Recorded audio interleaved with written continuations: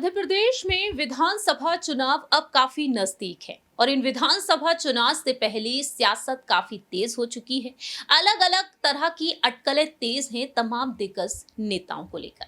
इसी लिस्ट में नाम शामिल है केंद्रीय मंत्री ज्योतिरादित्य सिंधिया का। ज्योतिरादित्य सिंधिया जिनका एक अलग ही वर्चस्व है।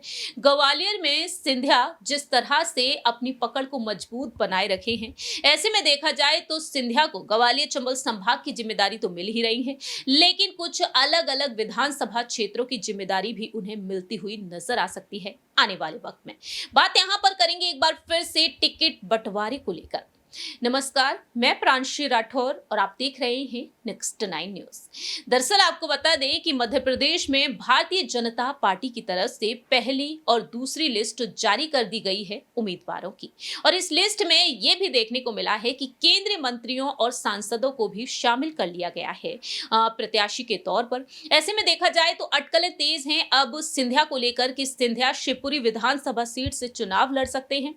वहीं सिंधिया को लेकर ये अटकलें भी तेज हुई कि उज्जैन विधानसभा सीट से भी वह चुनाव लड़ते हुए देखे जा सकते हैं, क्योंकि सिंधिया की पकड़ यहां पर भी मजबूत दिखाई देती है।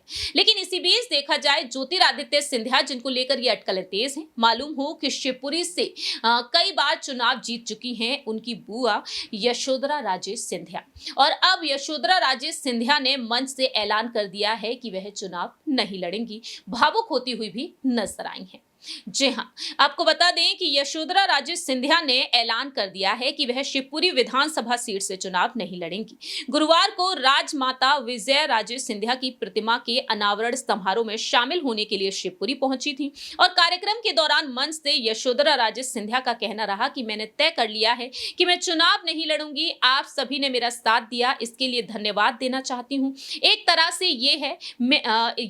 से ये मेरा अलविदा है। और इसके बाद उन्होंने शिवपुरी को गुड बाय भी कह दिया। मंच से चुनाव नहीं लड़ने का ऐलान करते समय यशोधरा राजे सिंधिया भावुक हुई और अपने समर्थकों से अपील की कि वह उनके इस फैसले में साथ देंगे। शिवपुरी में लोगों को संबोधित करते हुए उनका कहना रहा कि मैंने अपनी मां राजमाता राजे सिंधिया के नक्शे कदम पर चलने की कोशिश की और उनसे प्रेरणा ली। मैंने ये फैसला लिया है कि आज मैं सभी से प्रार्थना करती हूं कि आप मेरे इस फैसले में साथ देंगे।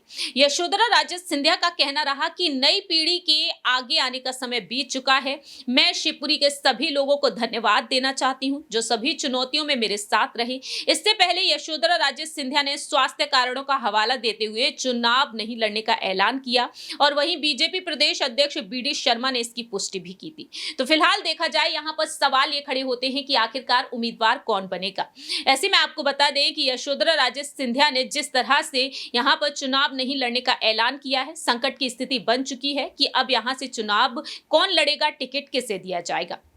कयास लगाए जा रहे हैं कि सिंधिया को यह कमान सौंपी जा सकती है, बीजेपी सिंधिया को मैदान में उतार सकती है, क्योंकि सिंधिया के रिश्ते में ये बुआ जी लगती हैं और परिवार के किसी ही एक सदस्य को यहां पर आगे किया जा सकता है। देखते हैं कि पार्टी हाईकमान आखिरकार सिंधिया को आगे करते हैं या फिर किसी अन्य को। अगर आगे किया जाता है सिंधिया को, तो क्या वह चुनाव जिताते हुए नजर आएंगे बीजेपी को या फिर नहीं। इस खास रिपोर्ट में इतना ही। बाकी की तमाम अपडेट्स के लिए देखते रहिए नेक्स्ट 9 न्यूज।